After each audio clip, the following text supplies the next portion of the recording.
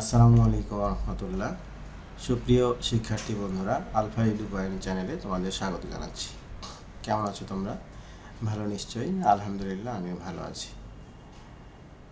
আজকে আমি তোমাদের ষষ্ঠ শ্রেণীর গণিত বিষয়টি নিয়ে, অর্থাৎ ষষ্ঠ শ্রেণীর যে গণিত বই 2025 সালের জন্য নির্ধারিত যে বইটি, সেটির সাথে আমরা একটু পরিচয় হব, বা এর সূচিপত্রে আসলে কি আছে সেটি আমরা দেখব। তোমরা বছরের শুরুতেই হয়তো অনেক জায়গায় অনেক স্কুলে বই পেয়েছো, আবার অনেক স্কুলে নাও পেতে পারো। তো আমি যখন ভিডিওটি করছি সেই মুহূর্তে হয়তো সব জায়গায় বই পৌঁছে যাওয়ার কথা, তারপরও আমার কাছে যে অনলাইন ভার্সনটি আছে সেটি দিয়ে আমি তোমাদের দেখানোর চেষ্টা করছি। তো এখানে দেখো, বইয়ের যে প্রথম পৃষ্ঠাটা, প্রথম বলতে কভার পেজটা, সেখানে লেখা আছে গণিত ষষ্ঠ শ্রেণী। আর 2025 শিক্ষাবর্ষের জন্য পরিমার্জিত, এটা দেওয়া আছে।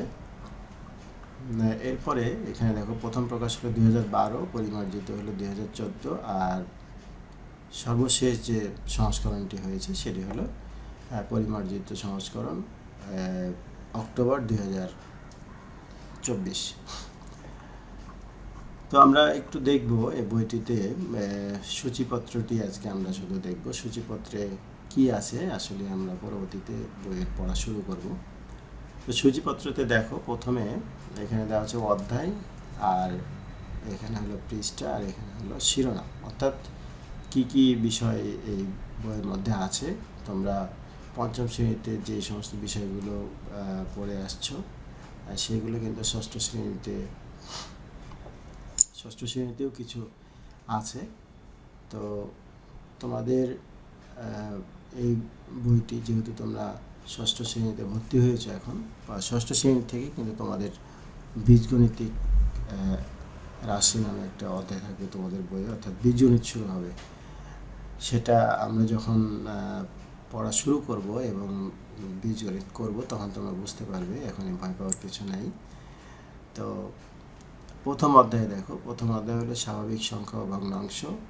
দ্বিতীয় অধ্যায় আছে অনুপাত ও শতকরা। শতকরা অঙ্ক তোমরা পঞ্চম শ্রেণীতেও করেছো।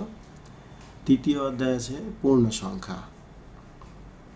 আর চতুর্থ অধ্যায় হলো বীজগণিতিক রাশি।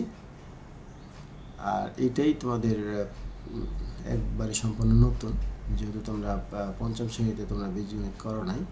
ষষ্ঠ শ্রেণী থেকেই বীজগণিতটি শুরু হয়েছে, এবং এইভাবে প্রত্যেক ক্লাসেই এই ষষ্ঠ, সপ্তম, অষ্টম, এভাবে যে পরবর্তী যে ক্লাসগুলো আছে সেগুলোতে বীজগণিত একটা অংশ অবশ্যই বীজগণিত থাকবে।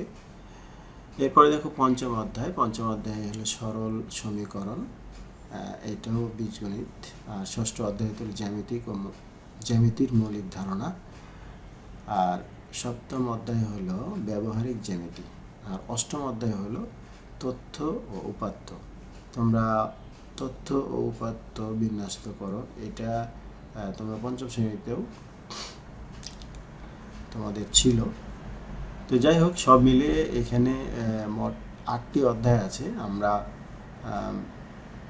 এক এক করে সবগুলো অধ্যায় আমরা আমার এই চ্যানেল থেকে তোমরা ভিডিও পাবে, এবং আমি চেষ্টা করব পুরো বইটির সমাধান আমার এই চ্যানেলে ভিডিও করে দেওয়ার চেষ্টা করব।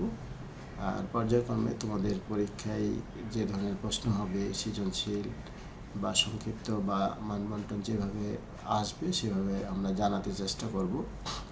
তোমরা হয়তো দেশের বিভিন্ন জায়গায় বিভিন্ন স্কুলে তোমরা পড়ালেখা করো, আমার এই ভিডিওগুলো তোমাদের উপকারে আসবে, এবং তোমরা এখান থেকে তোমাদের যে গণিতের যে সমস্যাগুলো থাকবে, তোমরা গণিত আমার এই ভিডিওগুলো দেখেই তোমরা তোমাদের নিজেদের বইগুলো সমাধান করতে পারবে। এবং তোমরা মূলত চেষ্টা করবে আমার এই ভিডিওগুলো দেখলে তোমাদের অনেক সহযোগিতা হবে এবং তোমরা উপকৃত হবে আশা করছি। তো আজকে আমরা সূচিপত্রটি দেখলাম। আজকে এই পর্যন্তই থাকুক। আমরা পরবর্তীতে এই বইয়ের যে প্রথম অধ্যায় আছে, সেই প্রথম অধ্যায় নিয়ে আমরা একটু আলোচনা শুরু করব, এবং পর্যায়ক্রমে আমরা যে সমস্যাগুলো আছে সেই সমস্যাগুলো সমাধান করার চেষ্টা করব। তো আজকে এই পর্যন্তই থাক, কথা হবে পরবর্তী ভিডিওতে। সেই পর্যন্ত মহান আল্লাহ তাআলা আমাদের সকলকে ভালো রাখুন। আল্লাহ হাফেজ। আসসালামু আলাইকুম ওয়া রাহমাতুল্লাহ।